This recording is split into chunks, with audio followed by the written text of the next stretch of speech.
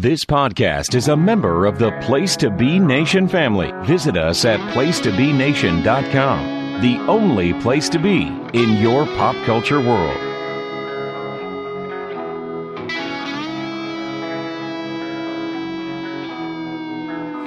I heard you've been looking for me, but you look for trouble. You're gonna see that your words are dangerous. Your talk is cheap. So now I'm standing here. You tell yourself you know what to do. Place to Be Nation, welcome back to another episode of Extreme Resurrection, where tonight we are covering ECW on Sci-Fi from November 20th, 2007 and November 27th, 2007. But as always, I have my co-host with me, Steve Riddle. Steve, how are you doing tonight? I'm doing good. I'm glad to be here, and it feels just like yesterday that we were starting 2007 ECW. Now here we are nearing the end of the year. Yes, and it's been a whirlwind of who's been on ECW at the beginning of 2007 and who's going to be on ECW at the end of 2007. Mm-hmm. A little bit of not a little bit of sloppiness, but we're getting more and more of the SmackDown superstars coming over to ECW, and the ECW champion CM Punk comes to SmackDown here and there as well.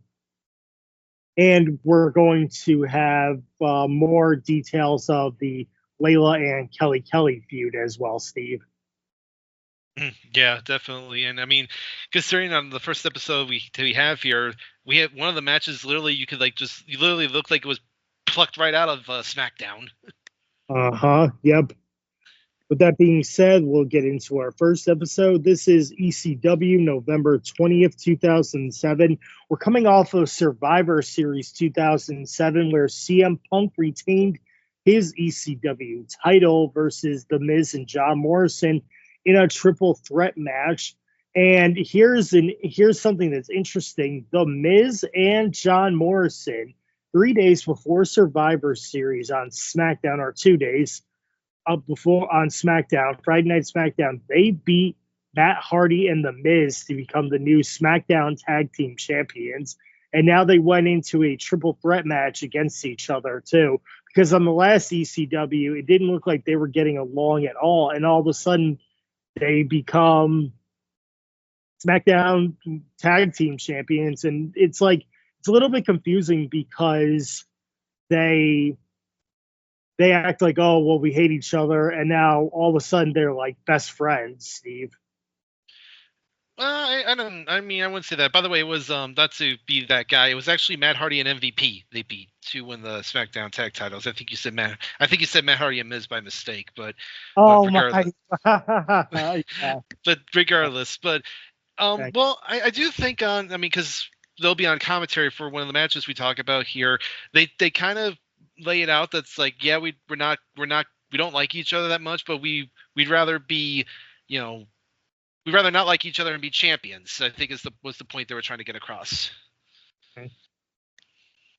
Yeah, so we'll see how they interact with each other as they embark on a new tag team title champion journey here. But like I said, we have our ECW champion CM Punk. He's going to take on Kenny Dykstra. So another borrowed SmackDown talent. I again had no idea that Kenny was still in WWE in 2007. I thought he got released in early 2007, right after he had the feud with Ric Flair. But Kenny ends up staying around, and we all know that Nikki of the Spirit Squad will become Dolph Ziggler.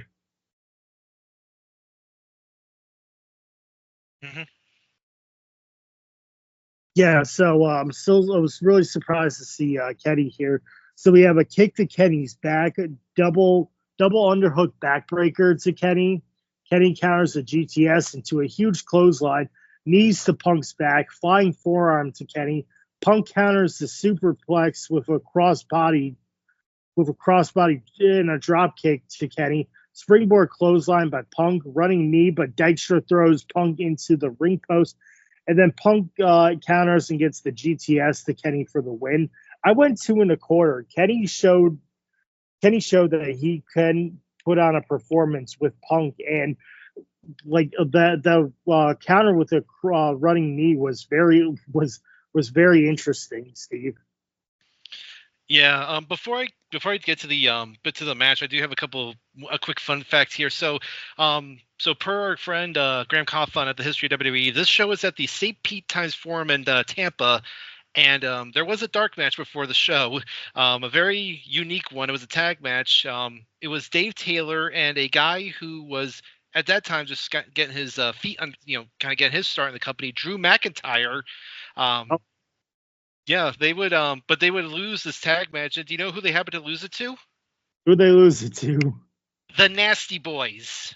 Oh my! I Yes. think I remember that they had signed a Legends contract, and I think Knobs and Sags were looking to get back into the ring here. So very interesting that the Nasty Boys are making a rare appearance for dark matches at the time.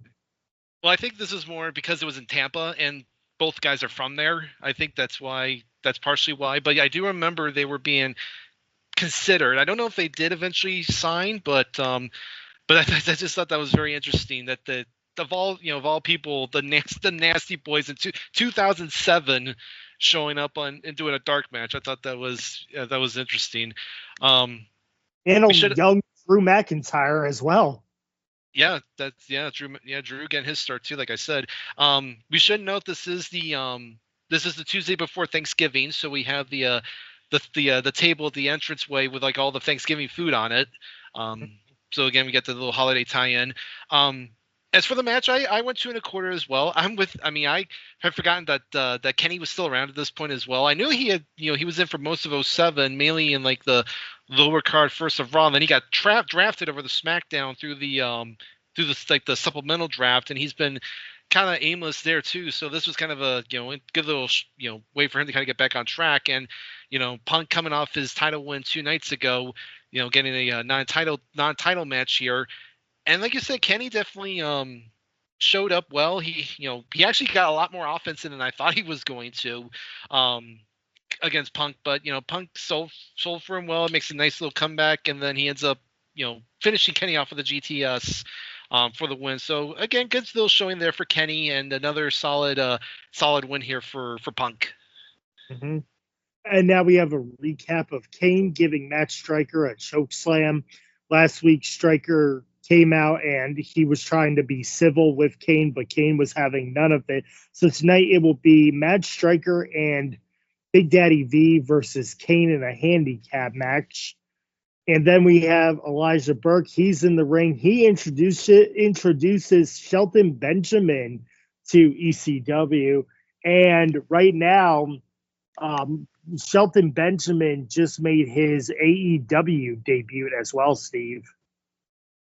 Yeah, I did see that, and that was that's off the heels, of course, of MVP debuting in AEW, and it looks like they won't be. There will be somebody else coming in behind them very shortly.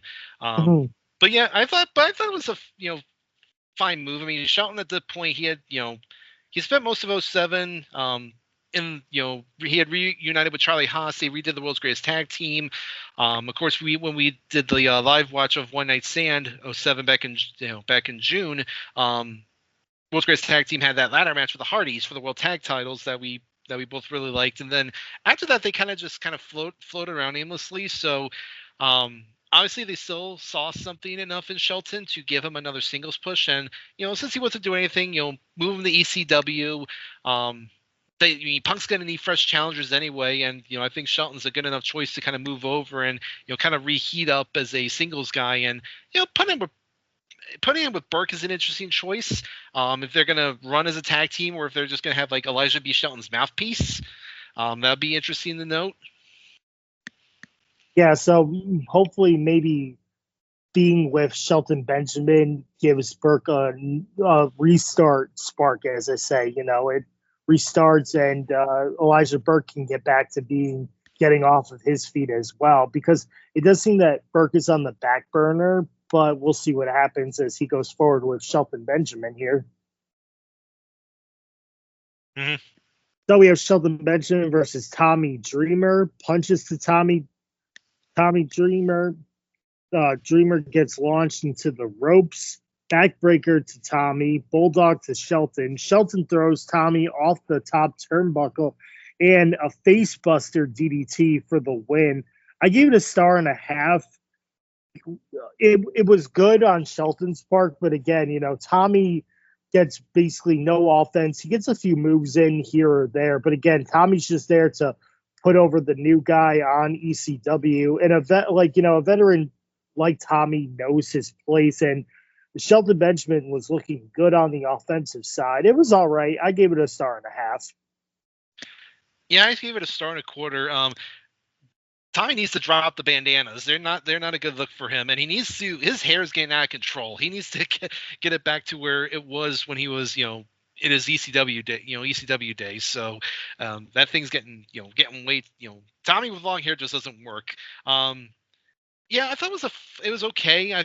It looked like a little bit early on they were kind of struggling to kind of get find some chemistry together. Like Shelton's trying to out wrestle Tommy, and Tommy's just didn't seem like he was giving much to him. And then Tommy gets like a quick hope spot in, and then Shelton finishes him off with that move that's gonna eventually be called the pay dirt, that little front DDT, I think is what they called it. But again, a solid win for Benjamin in his debut on ECW, and Dreamer again in the continuing in his role of the veteran putting these young guys over. And now we have Jesse and Festus versus Deuce and Domino. Again, all from SmackDown here. They are just throwing everybody out here to make ECW on Sci-Fi a show. And it's the right move, obviously. There are a couple other matches on here that are interesting, but Jesse and Festus is going through that phase where he starts off not knowing what's going on. He's in the Bubba Ray Dudley trance, and then once the bell rings, he snaps out of it and starts wrestling. So a little ha-ha for Festus. But once he hears the bell, it's it's on. Festus shows what he can do in the ring. So Deuce and Jesse start off. A drop kick to Deuce. Jesse misses a dive. Backbreaker by Deuce.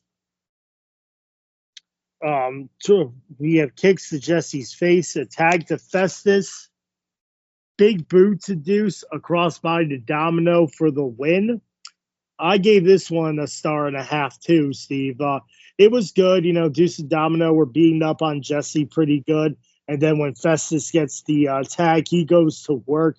And a strong win by Jesse and Festus here. So I want a 1.5 stars.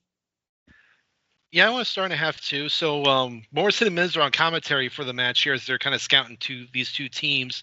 Although I think they spent most of the match kind of ogling Cherry at ringside, which can't say I blame them because she's really hot.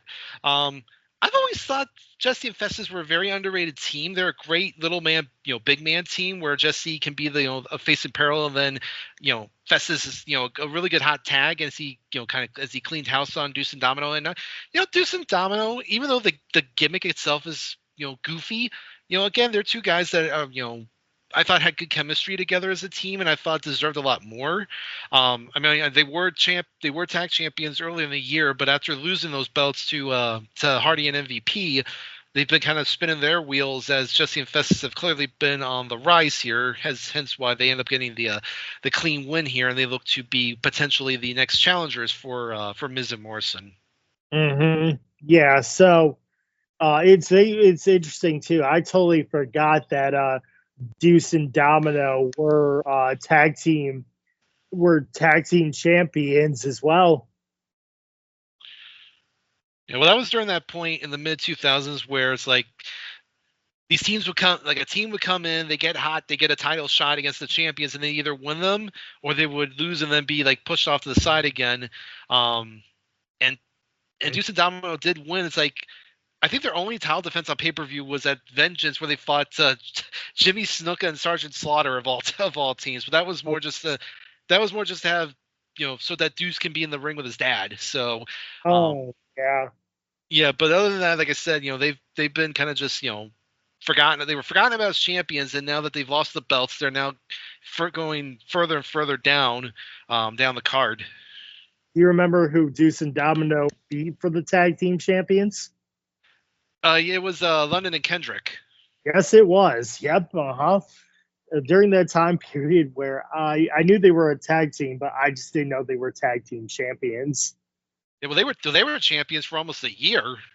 Oh yeah, and they only had like what, one title defense? You said. Well, Deuce and Domino did, yeah. Yep. Okay, yeah. So Jesse and Festus win that match. It was all right, as I said, and the Miz and Morrison, they were on commentary. And then Matt Striker is backstage saying that Kane will be taken care of by Big Daddy V.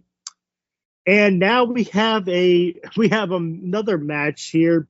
It is Kevin Thorne versus Nunzio. So we have not seen Kevin Thorne since that Elimination Chase triple threat match where it was Burke, Tommy Dreamer, and Kevin Thorne. That was the last time we saw Kevin Thorne in the vampire gimmick. And the vampire gimmick is basically gone. He keeps the theme music, but now he just looks like a jacked up, prototype wrestler in tights now here, Steve. Yeah, so he actually, was that. Then he did have a match on the 10-9 ECW, a squash match, but then, like you said, we haven't seen them since then. And yeah, he's pretty much just everything about him has been stripped away aside from the music. And when he gets in the ring there during his entrance, he just has this look on his face like, I do not want to be here anymore. and I can't say I blame him, because like, you think about where he was at the start of the year as part of the new breed, one of the guys that seemed to be getting, a decent push. But ever since Ario got released back in May, he's been losing a lot. He's lost a lot of steam. They tried constantly, to push him. It just never seems to click. And now they've taken away everything about him that made him interesting, the whole vampire gimmick. And like you said, now he just looks like a generic creator wrestler, basically. Yes. Yep. So but yet they're still trying to push him. Yes, I don't understand at all. It's like the dude had a gimmick. He had a cane. He had like the full vampire costume, and now he's just prototype number 5. Creator wrestler number 5, as you say. Yeah. It's kicks by Nunzio, a jawbreaker by Thorne, flapjack to Nunzio, backbreaker to Nunzio, original sin for the win. I gave it a half a star. It's a squash. Nunzio gets like 2 offensive moves in, but it's all Kevin Thorne, and Kevin Thorne wins with the original sin. So they're playing off like, the original sin, like of the vampire move and stuff. So they're keeping that at least. But again, it's a squash and it's a half a star. Yeah, I gave it a quarter star. I mean, I'll give Joey and Taz credit. They're trying to, play out like the whole new look for Thorne is, coupled with like a change, with like a new attitude that he has, and it just I don't mind the fact that it's, them trying to put over that he has this new attitude, but it's like you don't need to completely strip him away of his whole gimmick or give him nothing to do that. I mean, it's just so weird. And then, like you said, he gets another squash win here over Nunzio, which is fine because Nunzio's a guy like Dreamer. He's just there to put guys over, but I don't know. It's just like if you look at Thorne, it looks like they've given up on him by getting rid of everything that made him at least somewhat interesting.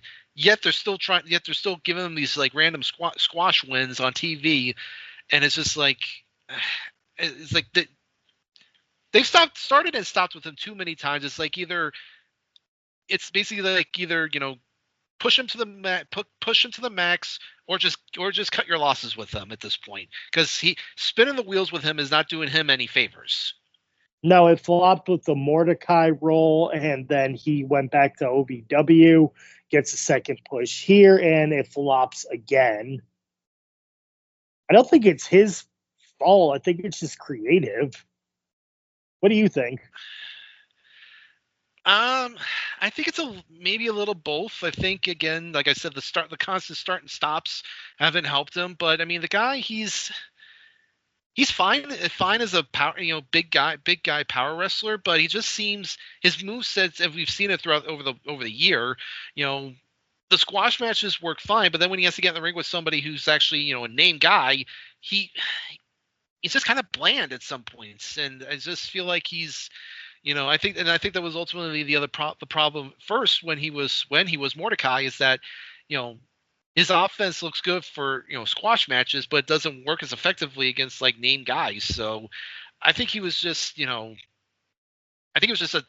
doomed from the start. No matter what you give him, how hard you try with him, he just was not going to connect with the crowd, and it didn't work with Mordecai. It hasn't worked here. And I just think it's just unfortunate that he's just one of those guys that just never could get over that hump. Mm-hmm. Well, Steve, when you see this beautiful Thanksgiving display, you always tie Thanksgiving with a food fight of some sort, and this is it here. There's always been some sort of food fight or a gravy bowl match or something that involves Thanksgiving with the theme of WWE and entertainment. This is it right here. Layla comes out, and this promo is rushed, and it's like she read it right off the teleprompter, like right in front of her. Like she's looking at the camera and the words are just like coming right at her. She's like, "Oh, well, I want to thank The Miz for managing my contract with Extreme Expose, even though that's gone. Just more beautiful than Kelly Kelly. She's been in more magazines than Kelly Kelly. She's a better dancer, and she's sexier than Kelly Kelly. And that when they have a match, she will beat Kelly Kelly." Kelly sneaks up with a whipped cream pie and puts it in Layla's face. Layla dumps gravy on Kelly, cranberry sauce on Layla, and mashed potatoes on Kelly. A cat fight ensues, and it's broken up. So we have our Thanksgiving food fight skit of the year, Steve. Yeah, anyone who's watched, before and knows when SmackDown was on Thursday when they would have the Thanksgiving episodes. Anytime you see a spread like that, some fight's going to happen. They do actually. They showed. I guess there was like footage from the week prior, after the show where Layla and Kelly had an altercation backstage and had a food fight then too. So we have another one here, and yeah, Layla is just. I mean, she obviously will get better over the years, but here, like you said, she's very, very. It sounds very scripted, her promo. Like you said, she's reading it off the teleprompter. I did I thought the bit of Kelly coming up behind her with the pie and hitting her in the face, I thought was good. But then from there, it just completely is like, it was just so bad. They're like completely anticipating getting the food, getting everything dumped on them. They're like, it's like they're prepping it, instead of just like, brawling and having it. Because if you watch like food fights of the past with like the divas, like the train divas, like they're brawling while they're, throwing the food on each other. But here it's like these two are just like, it's like she grabs a thing and Kelly's like, anticipating it. And at one point Kelly went for like next. Yeah. Right. And like Kelly, at one point Kelly goes for like a can of whipped cream, but she can't get it to work or whatever. So, so then Layla grabs like the turkey, and then that's when they start, cat fighting. And then the officials break it up. So again, just, definitely probably of all the food fights we've seen over the years, this easily has to be the worst one. If you think that was bad, just wait till we get to the next episode. It gets a little bit. So then we get a recap of Raw prior to this ECW, and Chris Jericho returns after being on hiatus for 2 years. He wanted to tour with Fozzy and be done with wrestling. He comes back. They do the whole guy running with the torch to like crown Randy as like the greatest wrestler, and then the guy gets a clothesline, and then someone takes the torch. We get the code. It says "Save Us Y2J," and Chris Jericho returns to a huge pop. They knew it was coming, but they really let Jericho have this pop because they wanted him back. Yeah, this was a cool moment because we really didn't touch on them, but over the last couple of weeks on ECW, we've gotten those like vignettes with like the Matrix style, codes and and all that stuff. And again, it was everyone fairly knew it was going to be Jericho, but it was still a really big moment, and he felt like he'd been gone since the summer of '05, so he was definitely missed. And interesting, he comes back, with the, he's now got the short hair, he's got the, he had like the silver vest and everything, and immediately, pushed right back into the main event scene because he interrupted Orton. So yeah, but a big get for the company to have Jericho back on the roster. Mm-hmm. Yep. So we'll see what happens with Jericho and Randy Orton's feud after Randy Orton defeated Shawn Michaels at Survivor Series. And now we have our main event. It is Big Daddy V and Matt Striker versus Kane, a handicap match. Punches to V, a big boot to Striker, belly to belly by V, splash to Kane, drop kick by Striker to Kane, clothesline to Striker, flying clothesline to V off the top rope by Kane, sidewalk slam to Striker, boot to V, and a choke slam to V for the win. For this matchup, I went 1.25 stars. It's all right. Like, it's just two big mastodons going at it. I'm surprised that Kane could get V up for the choke slam. It was all right in my opinion. I thought it was fine, so I gave it 1.25 stars, Steve. Yeah, I gave it a star. It was fine. This is one of the rare handicap matches where both V and Striker were allowed in the ring at the same time, and Striker kind of just stays out of the way while V does all the damage, and then Striker gets his shots in. It's always kind of interesting seeing Kane play a face in peril against a bigger guy, but I think he does do it pretty well as he makes V's offense look really good, and then he makes his big comeback. And again, I hate to be that person, but it was Striker that Kane pinned to win the match. Oh my gosh, I don't know why I thought it was V. I was like, it's not V. I was like, damn, yeah. Sorry. Yeah, no, that's fine, but it made sense for Striker to take the pin so that they protect V a little bit, because we know that there's you're just waiting to see the one-on-one match between the two, but they at least have Striker get pinned here, but then V gets the last word in essence. Yeah, V splashes Kane and gives him an elbow. So V and Striker lose with Striker being the pin, but V attacks Kane, and we're not done there. So that feud will continue as we get in. So a nice little show, a nice show. We're getting more of the SmackDown stars coming into. I don't know if they're boosting the ratings, but they're at least saving the show for ECW on Sci-Fi, Steve. Oh, if anything, they're boosting the roster at least, because like we've talked about countless times throughout the year, the roster on ECW is very small, so they have to fill the time somehow, even with only an hour. Yes. With that being said, we will get into our next show.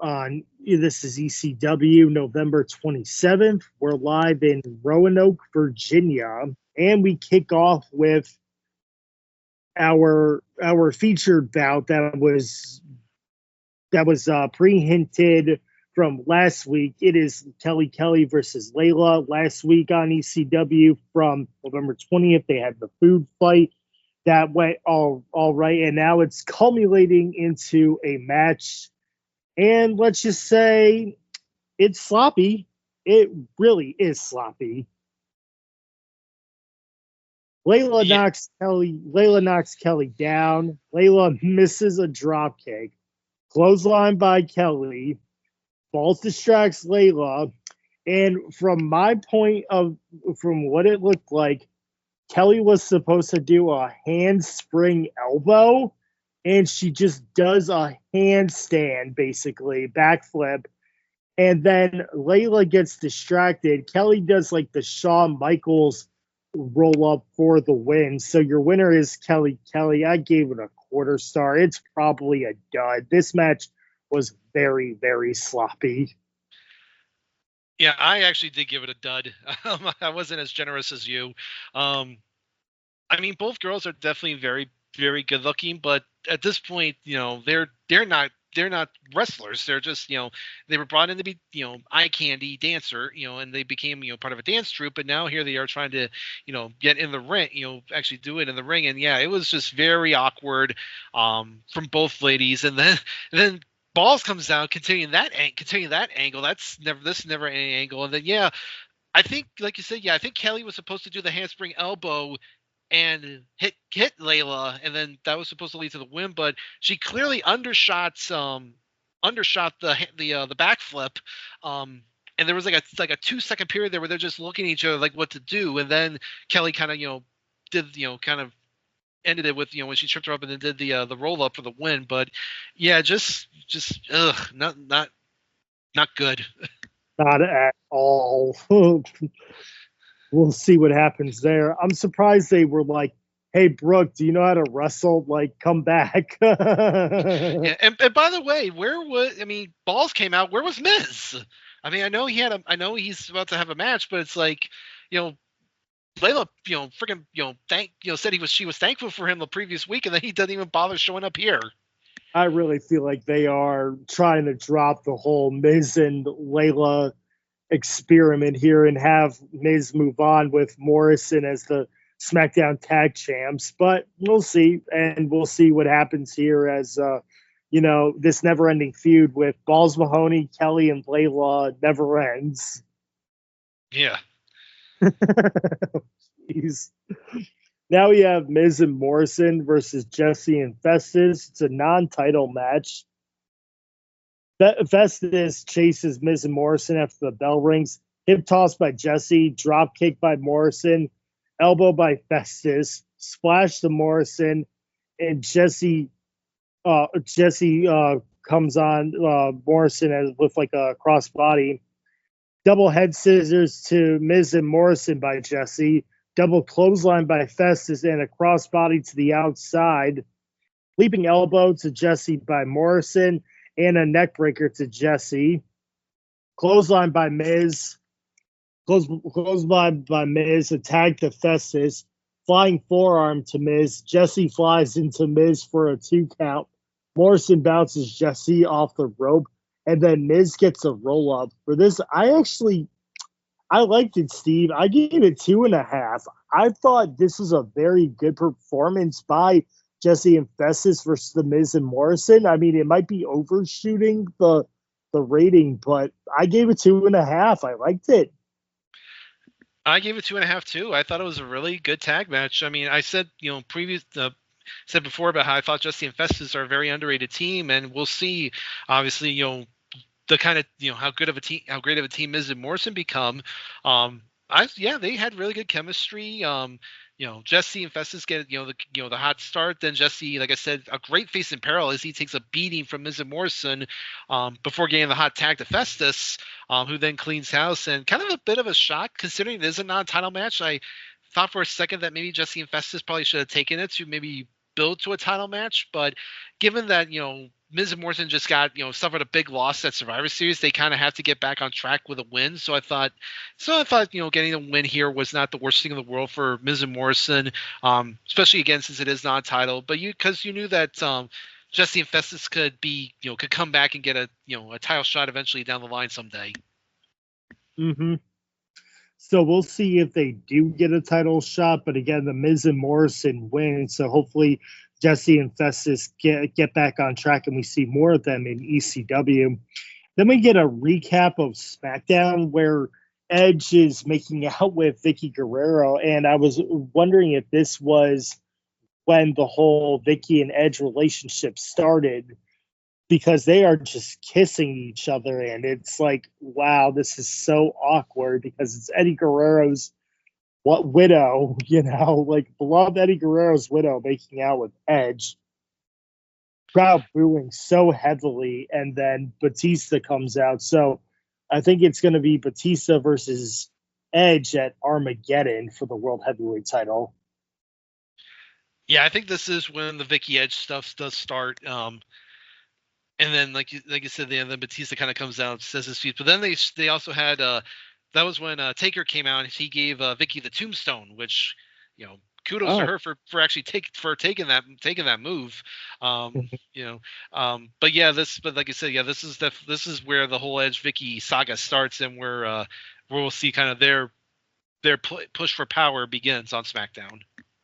Oh yeah, and then we get like I said, we also get a recap of Kane's destruction, ECW, and then we have Shelton Benjamin versus Shannon Moore. So again, we're seeing Shelton Benjamin, and they're still using Shannon Moore here as well.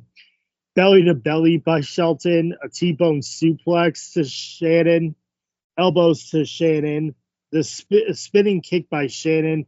Shelton counters Shannon and gives him a forward DDT. I went 1.25. Good moves by Shelton, but nothing really from Shannon Moore here.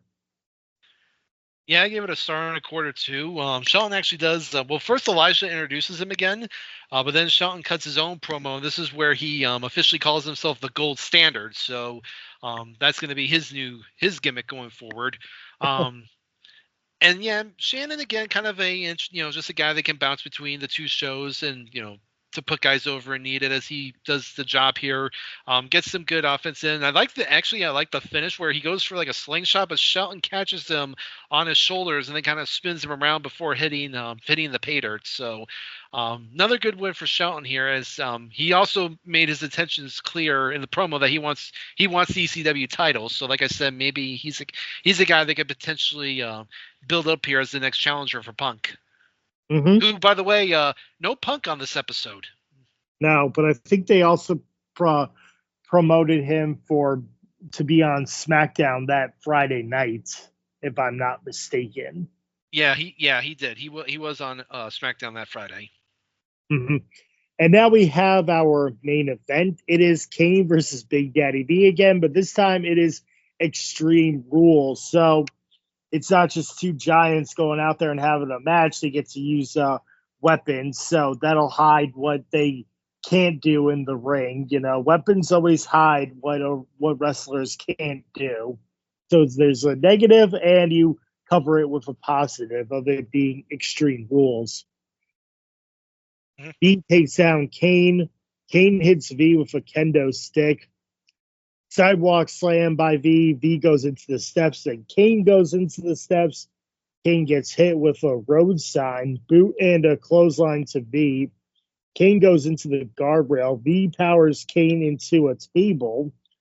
Kendo stick and a trash can shot to V. And then Mark Henry comes in. V and Henry double team Kane, double headbutt and double splashes to Kane. They both slam Kane through a table, and then V pins Kane. For this matchup, I went 2.25. I thought it was excellent for how limited the guys were, or at least how limited V was in the ring. And a returning Mark Henry, they still are not done with Mark Henry in ECW. He is very on and off. He's usually seen on SmackDown, but he comes back after the Monster Bash Battle Royal there, Steve. So I went 2.25. Yeah, I went 2 stars. It was so, I thought it was fine. Like you said, it was a wise idea making this in Extreme Rules, kind of hide these guys' limitations. They can, use not just their power moves, but then just destroy each other with weapons. Again, Kane took a really good beating. V doing that little corner splash through the table, I thought was a good spot there. And then Henry comes out of nowhere to help V, and they put a beating on Kane, put him through another table, and then that's what gets V the win. Again, decent match. I mean, it kind of keeps Kane protected because it essentially took 2 guys to beat him. And it's interesting to see now where they go here. Like you said, is Henry going to be more of a constant fixture on ECW? It seems like we have this new alliance here with him and V. Just these two giants. And be interested to see where they go from here. I could not imagine the jobber tag team who has to go up against Big Daddy V and Mark Henry.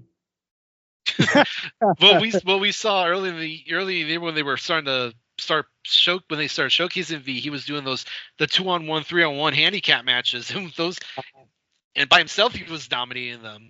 Oh yeah, I can only imagine what it's like to have both of them in the ring.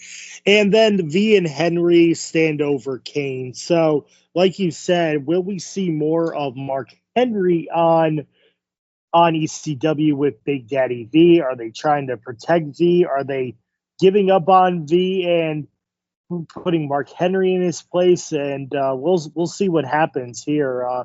Will the Kelly Kelly and Layla feud finally end? Yep. So that's going to do it from us here on covering the ECW shows. But before we go, Steve, do you have anything that you want to direct the listeners to? Well, you can usually find me over on the PTB Pop Experience. I have the Video Jukebox Song of the Day. That's mainly been me and Andy. So if anybody else wants to jump in on that, please let us know. Also, the Pop Goes to Classics. That's me, Andy, and Miranda. We're going through all the Disney animated films. Our last episode, we touched on the 2008 film Bolts. So our next episode will be on the final film of the 2000s, The Princess and the Frog, which I'm looking very excited about because that's one of my favorite films. And Making Mount Rushmore has been on a little bit of a hiatus over these last few months, just with me kind of, transferring jobs. It's been a little tough kind of getting some scheduling down, but that should be back here very shortly. So be on the lookout for that. And of course I do occasionally appear on the over on Chronoso over on the North South Connection on both the pod and on the YouTube channel. So please, if you've not subscribed to them yet over on the YouTube channel, please do so. And of course, I will also just give a shout out to our friends over at the Backbone Wrestling pod feed. They got a lot of great shows over there, so please give them some love as well.